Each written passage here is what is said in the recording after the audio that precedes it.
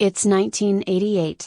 You and your buddies are wearing your shredded Girbaud jeans and Ray-Ban sunglasses and are ready to head out to the mall cineplex to catch an action movie. What's it gonna be, Red Heat with Arnold Schwarzenegger, Red Scorpion with Dolph Lundgren, or Action Jackson with Carl Weathers? Wait a minute, what's this one? Bloodsport? And who's this guy, Jean-Claude Van Damme? Hey, it's about an army guy who also does martial arts. Looks gnarly. That's the flick you choose. On your way out of the theater, you can't stop talking about that dude with the accent. Did you see him jump, like, 8 feet in the air and kick that other guy in the face? Man, how could he do the splits like that? You're hooked.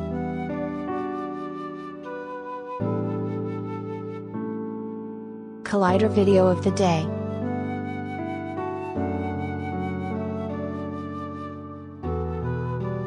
And that's how the legend of the muscles from Brussels began. Sure, it's easy to look back on Van Damme's filmography and dismiss him as just another cheesy star of the vigilante soldier of fortune kick him in the butt low-budget movie genre, but it would be an unfair dismissal. The truth is that Van Damme is a master image craftsman who's always known how to get noticed, how to build his own brand, and how to ride it all to the top without ever taking himself too seriously.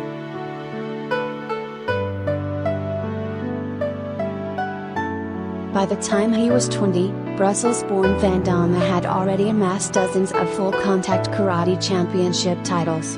No doubt inspired by the reigning American action star of the time, Chuck Norris, Van Damme saw an opening for himself in Hollywood, realizing he had the skills, youth, and looks to make an impact in the action film market.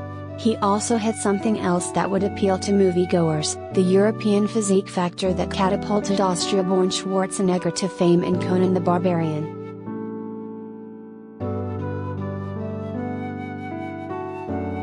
Van Damme's ambition to get noticed was apparent from the beginning, as evidenced by his first U.S. on-screen appearance in 1984's hip-hop cult classic, Breakin'. 24-year-old Van Damme appears as a spectator in a Venice Beach crowd watching the film's leads bust their moves, and you can't miss him, standing out prominently in a black muscle shirt and shorts, flailing his massive arms and dancing his quads off.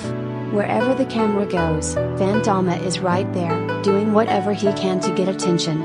Today, his antics in that sequence look almost comical, but Van Damme knew exactly what he was doing, and he didn't care if he looked ridiculous.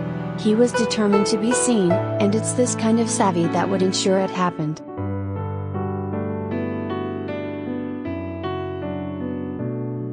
Van Damme parlayed that brief appearance into his first credited U.S. film role as a deadly Russian kickboxer in the 1985 schlockfest, No Retreat, No Surrender.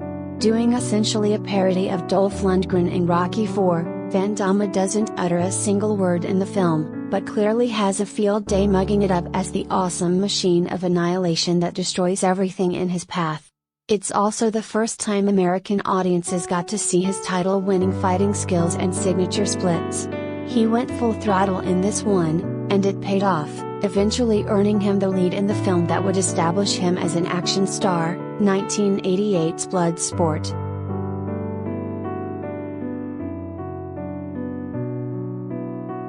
A campy martial arts romp, Bloodsport nonetheless works because Van Damme never takes himself completely seriously. He's an army captain.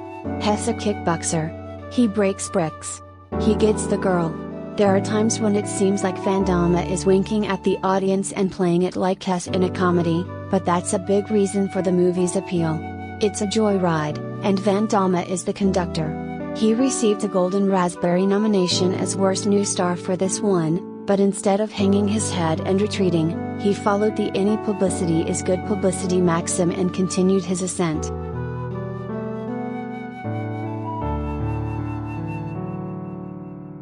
With Bloodsport, Van Damme was finally able to bring his talents and persona together and hit on a formula that worked.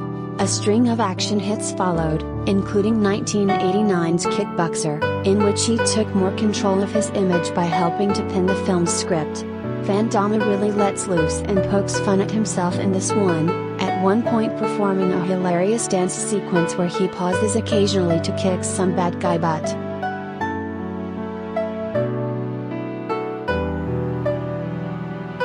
Speaking of butt, looking to expand his appeal beyond the standard action movie fans, Van Damme went with some full rear nudity for the first time in 1990's Lionheart, another film he co-wrote, and found a whole new legion of female, and gay male, devotees. His backside became a whole separate co-star, and scores of people began filling theaters just for a chance to see the Belgian buns. Never missing an opportunity to generate more publicity for himself, Van Damme even started telling stories on the talk show circuit about his ability to crack walnuts between those enviable cheeks.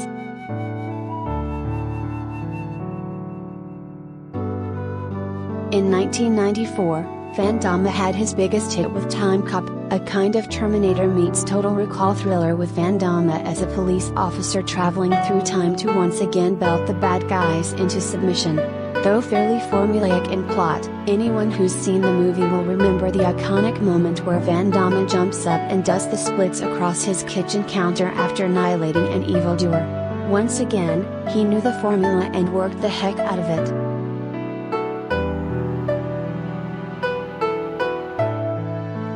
By 1995, audiences had begun looking for more than karate kicks in their movies and turned to more sophisticated action fare like Batman Forever and GoldenEye. While Van Damme continued to make action films, he had clearly reached his zenith. So what's an aging action hero to do? Play himself, of course. In a 1996 episode of the TV series Friends, Van Damme sent up his own image, playing the object of affection of both Monica, Courtney Cox, and Rachel, Jennifer Aniston. When Rachel meets Van Damme for the first time and tells him Monica thinks he's cute, his response is, "You don't think I'm cute?" Once again, Van Damme was unafraid to wink and nudge at his big screen image, and it worked. He did it again in 2004 in an episode of TV's Las Vegas, and in this one, he comically kills himself off when he performs a film stunt that goes wrong.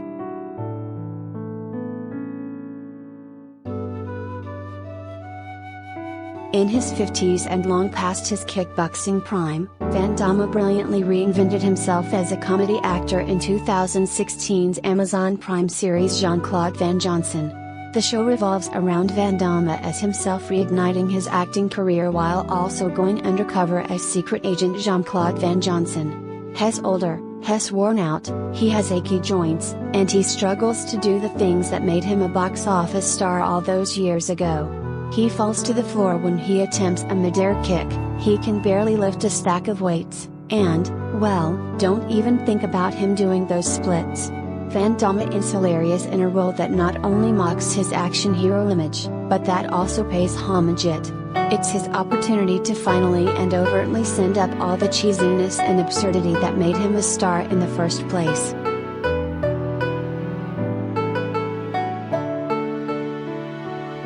From the first time he delivered a kick to the bad guy's face on film, Van Damme has always been laughing a little on the inside. Now, at age 61, he's able to laugh on the outside, too. Here's hoping he'll continue to entertain audiences with his own brand of self-deprecating and unpretentious humor in the years to come. Who wouldn't love to see Van Damme in Time Cop 2, Electric Boogaloo?